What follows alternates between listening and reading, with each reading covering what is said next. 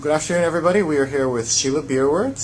She has been the top fundraiser for Over the Edge over the last 2 years. We're here today just to ask her what her secret is to her success. But before we get to that, just wanted to ask a couple more questions. So first of all, Sheila, why did you decide to go Over the Edge the first year? It's our son's favorite thing to do, play sports.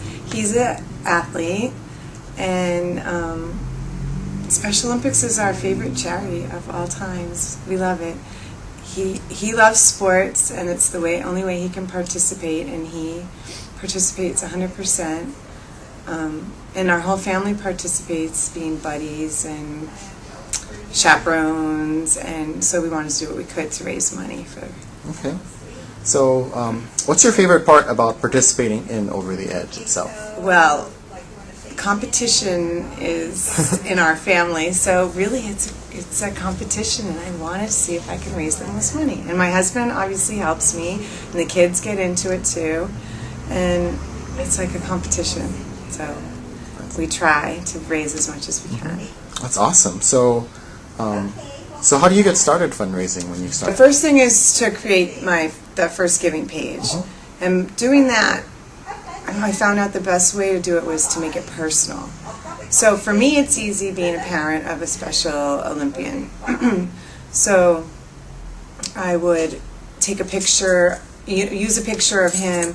The first year I used a softball picture where he was cheering, and then the next year I used a competition picture with his friend, and they have their medals on. And then I write a story about him and what he's been through, and then and what our family gets out of it. And I actually used one year, I linked it to a slideshow that I made of with him and all his friends. And so if people didn't know really what Special Olympics was about, they could watch the slideshow and see kids participating in different events. But if you're not a parent, or if you're not related to someone, then you should probably go watch a Special Olympics event or a practice, or go to their website and take a look at some pictures and just see what you're raising money for. Because if you see their faces and hear their voices, then it'll make you more eager to raise money for them. We actually have a video now that's on every First Giving page that has cool. our athletes on it. So Very you can good. check those out too. Great. So after you set up your First Giving page, what's next?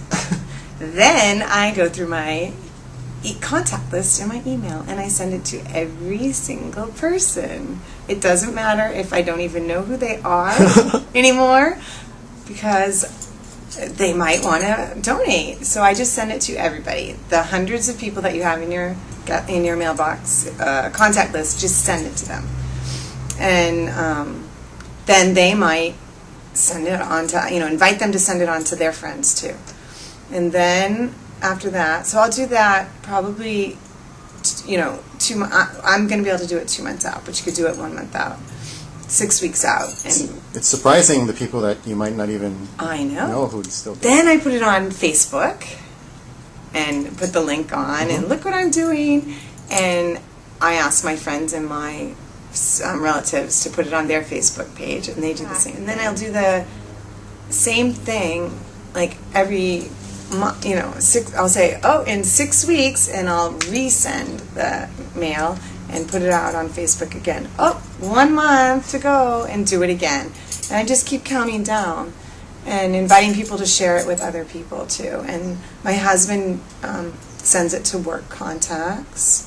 And we just send it to everyone we know. And so sometimes people send it on, and so you get money from people that you don't even know. Is there anything in particular that's special about the message that you send out? Special Olympics is such an awesome cause, because these kids are getting so much out of it. They're become a member of a team, and it's just a great cause. I just love it. Awesome.